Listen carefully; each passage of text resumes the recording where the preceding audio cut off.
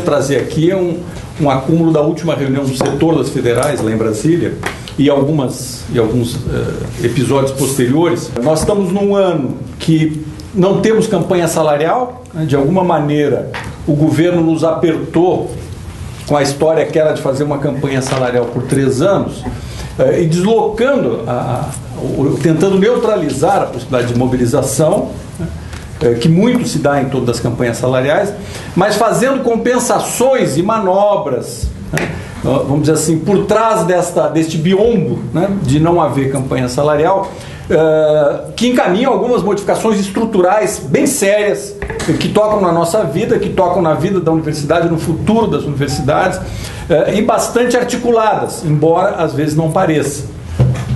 Assim, eu destaquei quatro movimentos recentes deste mês agora, que não são apresentados juntos, mas para quem está acompanhando, vê que eles são uma coisa só.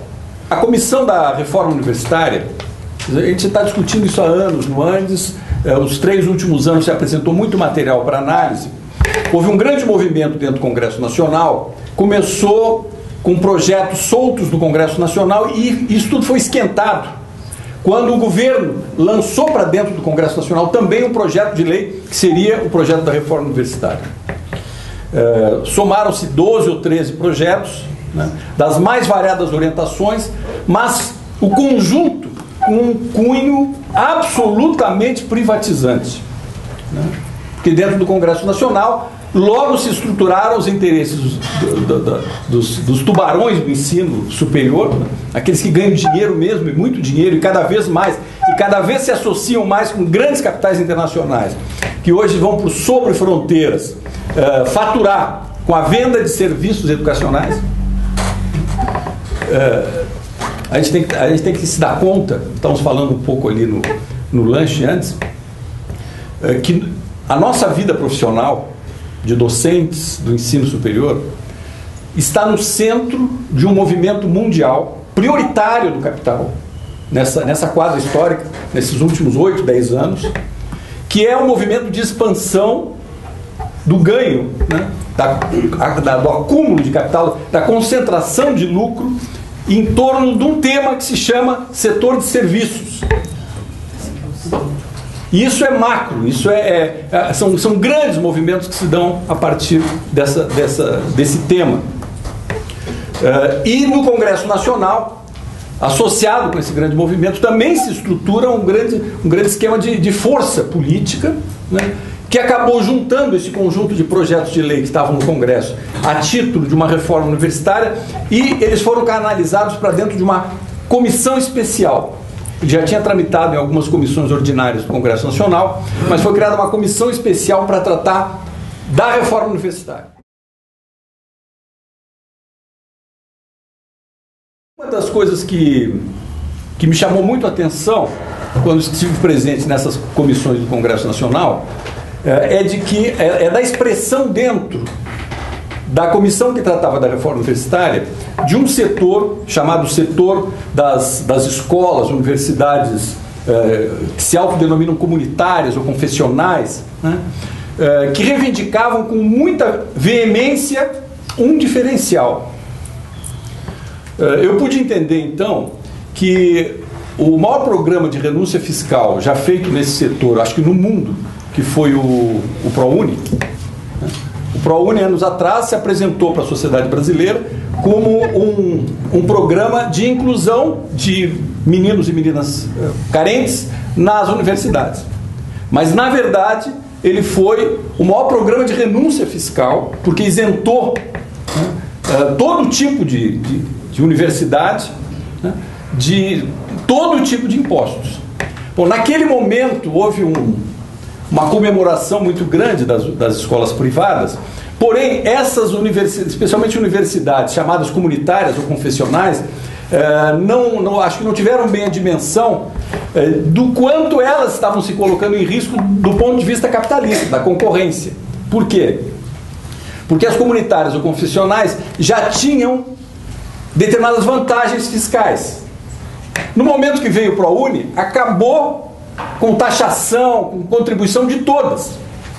Então, aqueles fast food do ensino se instalaram em todas as esquinas das PUCs, das católicas, das comunitárias, vendendo o seu produto a menos da metade do preço que elas vendiam, porque agora todas estavam niveladas com a isenção fiscal geral. Então, de novo, se aglutinaram essas chamadas comunitárias ou confessionais, querendo se diferenciar. E aí o traço de diferenciação que elas apresentam é o seguinte: elas se consideram públicas, tão públicas como as públicas, e acham que aí há uma injustiça muito grande, porque as estatais têm privilégios nas verbas públicas, nos programas de financiamento, nos programas de bolsa, e a sua reivindicação passa a ser então qual? Isonomia contra a discriminação a respeito do tratamento dado às estatais, às públicas estatais. E aí então eles se diferenciam daquelas que eram suas aliadas inicialmente, que eram as escolas capitalistas mesmo. Eu digo isso por quê? Porque a comissão, o relator dessa comissão de reforma universitária apresentou o seu relatório há 15 dias atrás e reconheceu que não conseguiu formular um relatório com o escopo do que tinha sido discutido na comissão e que constava nos projetos originais, dizendo: olha, estou muito frustrado, né? Mas há questões ideológicas, as posições são muito radicalizadas, então não consegui dar solução para isso. O que eu fiz? Fui lá, conversei com o ministro da Educação, e para não fazer completamente feio na comissão, então eu negociei com o ministro um relatório muito simplificado, que só trata da autonomia das federais, eu sempre estou botando aspas na autonomia, das federais, e esquecendo o resto tudo. E o relatório, na verdade, era emenda a 3 artigos da LDB que só tratavam das federais. E, na verdade, então, essas emendas botavam na LDB, tentavam botar na LDB alguns programas de governo. Encaixavam lá algo que não é estrutural da educação, mas sim programa desse governo, prioridade desse governo. Por exemplo, encaixava num artigo da LDB o banco de professor equivalente. Encaixava no outro artigo da LDB a fórmula que foi negociada no Reúne para distribuição de recursos entre as universidades, coisas desse tipo. E dava uma boa abertura para a questão das fundações de apoio. Não conseguiram votar o relatório naquele dia.